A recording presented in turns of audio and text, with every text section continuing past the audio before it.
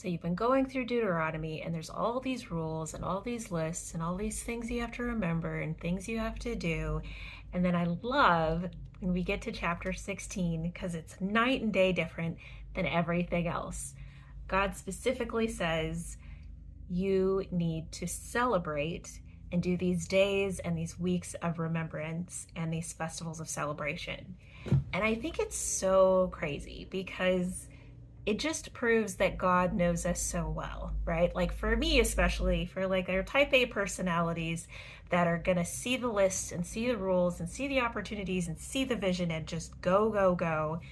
He reminds us that the point of life is not to go, go, go, right? The point is to make sure that we stop and we rest and remember. And this chapter is all about the celebrations. I love how many words in here that are just different than the rules, like rejoice before the Lord your God, be joyful at your festival, for the Lord your God will bless you and bring you joy. Your joy will be complete, right? It's not about working harder or trying to do these crazy things. Like part of what God wants is for our lives to be well-rounded, for our lives to be complete on every level, not just on our finances, not just at our workplace, but he wants every part of our life to be complete and well and whole.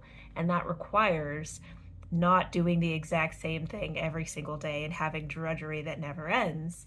It requires these times where we specifically take a break, specifically stop and enjoy the life we've been given, right? It's an opportunity to let God in. And it's something that Jesus brings up when he comes years later to the Pharisees so much. He's like, you are obsessed with these rules. And that's not all that's in here. Again, the point was relationship with God.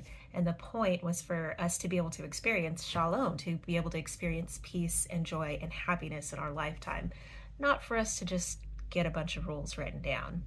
So don't forget that today. How can you stop and enjoy a little bit of time and just see God in wherever you are at work today?